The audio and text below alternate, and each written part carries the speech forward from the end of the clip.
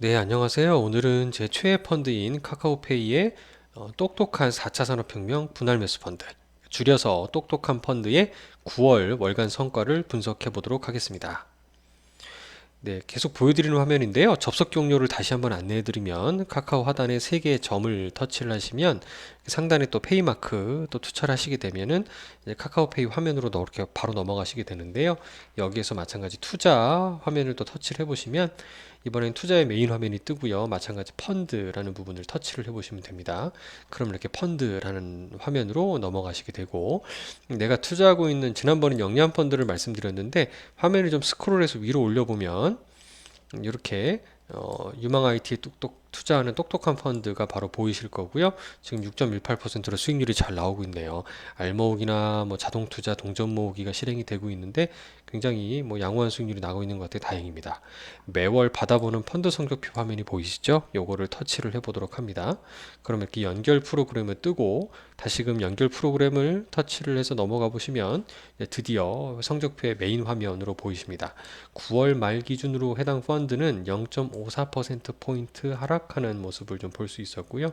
아마 이 부분은 지난번 영리한 채권 말씀을 드렸다시피 이 글로벌 채권 시장에 이 금리가 상승하면서 채권 가격들이 하락했던 상황이었거든요. 그래서 채권 시장이 좀 재미가 없었다. 예, 이어서 이번엔 주식 시장도 좀 조정이 있었다라는 것을 뉴스에서 많이 들어보셨을 거예요. 이런 영향들을 좀 받았다라는 게 이번 시장의 월간 성과 특징입니다. 네, 다음은 매니저 노트 및 성과 및 계획을 살펴보면 이 펀드는 4차 산업혁명 관련 5개 테마, 즉 장기적인 테마죠. 인터넷, 그다음 블록체인, 반도체, 클라우드나 전자상거래 관련 글로벌 IT 대표 주식 ETF에 분할 투자하는 펀드입니다. 여긴 또 성과가 확인이 되시고요.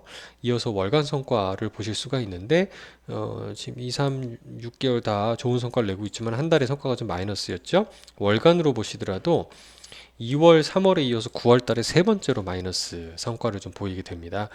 그만큼 미국 주식시장이 좀 변동성이 좀 컸었던 아마 트럼프 대통령이 코로나에 걸렸던 뉴스도 있었고 이제 뒤에 말씀드리겠지만 뭐 다양한 사건들이 좀 있었던 것 같아요. 한 달 동안의 수익률 주요 섹터별로는 이렇습니다. 전자상거래와 반도체는 선방을 했는데요. 클라우드 네트워크와 블록체인 인터넷이 조금 하락했던 한 달이었던 것 같습니다. 주요 섹터별 비중은 이렇게 그래프로 쉽게 보실 수가 있고요. 비중 순으로 보면 인터넷이 13.03%로 가장 많습니다. VGT라는 거는 여기에 티커라 그래서 해당 ETF를 쉽게 찾아볼 수 있는 약자라고 보시면 되죠. 그 다음이 전자상거래 iBuy가 두 번째로 투자가 되고 있고 세 번째가 반도체 SOXX 그 다음에 네 번째가 클라우드 SKYY 마지막이 블록체인 BLCN으로 구성이 되어 있다라는 걸 확인할 수 있습니다. 상위 10개 종목 주식과 채권이 섞여 있는 모습을 볼 수가 있고요. 월간 운용 코멘트에 보면 친절하게 그러면 이 펀드가 투자하고 있는 순수 주식 비중 그러니까 해외 주식 ETF의 비중은 45.19%라는 것을 확인할 수 있고요. 이 펀드의 또 하나 특징은 분할 매수라기 때문에 무조건 주식의 90에서 100% 꽉꽉 채워놓지 않는다라는 특징을 갖고 있죠. 정해진 목표 수익률을 도달하면 비중을 줄여서 다시금 밴드별로 이렇게 정립을 해서 차곡차곡 정립을 해서 일정 수익률이 도달하면 매도하는 이런 형태의 펀드입니다. 그래서 그만큼 해당 펀드 분할 매수를 좀 잘하고 있다라는 증거를 이렇게 막 설명을 어렵게 드리고 있어요. 뭐 이걸 다 기억하실 필요는 없는데 총 42회 가량의 분할 매수를 진행을 하고 있다. 리밸런싱도 2회 정도 진행하였다라는 얘기가 나오고 있죠. 향후 운용 계획을 보면 이 펀드는 10월에도 여전히 5개의 ETF에 대해서 변동 없이 가격에 따른 분할 매수 전략을 유지하겠다라고 하고요. 미래 성장을 이끌어갈 4차 산업혁명의 해외 주식 ETF 테마기 때문에 뭐 요거는 제가 볼 때 꾸준히 장기적으로 투자하시기에도 좋은 상품이라고 다시 한번 생각을 해봅니다. 지난 9월 달 사실 여러 가지 뉴스에서 있었다고 앞서 말씀드렸는데 이 반동조법 이슈가 제기된 것도 있어요. 사실 이게 바이든 그 부통령 지금 대선 후보 진영에서 제기했던 이슈기도 하고요.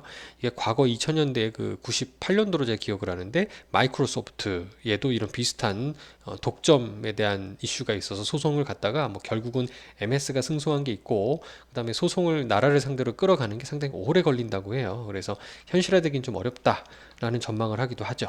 그리고 두 번째는 고래 손정희라고 하는 아마 비전 펀드라고 하는 손정희 씨가 투자하는 펀드에서 이런 기술주들 빅테크라고 불리는 뭐 아마존, 구글, 넷플릭스 이런 애들이죠. 기술주에 대해서 콜옵션을 매수했다 뭐 등등의 기사가 나오기도 해요. 근데 이게 사실 일본 기업이 대상이다 보니까 좀 공개 저격 당한 거 아니냐. 그리고 미국에서 일부러 이런 선거철에 흘렸다는 얘기도 있을 정도로 뭐 하여튼 시장 상황에서는 조금 이런 옵션 만기라든가 변동성을 좀 야기할 수 있는 부분이 아니었나. 라고 해석을 좀 하고 있는 입장이에요. 근데 하지만 저는 다시 한번 이 투자 테마 5가지에 대해서 잘 새겨볼 필요가 있다 생각을 하고요. 그게 흔들리지 않는 테마라고 생각을 합니다.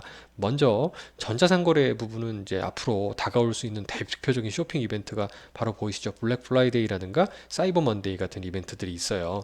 미국인들도 그렇고 우리나라 분들도 직구 시즌을 기다렸다가 매수하는 분들이 많을 정도로 이런 그 기업 입장에서는 큰 매출이 일어나는 시즌이죠.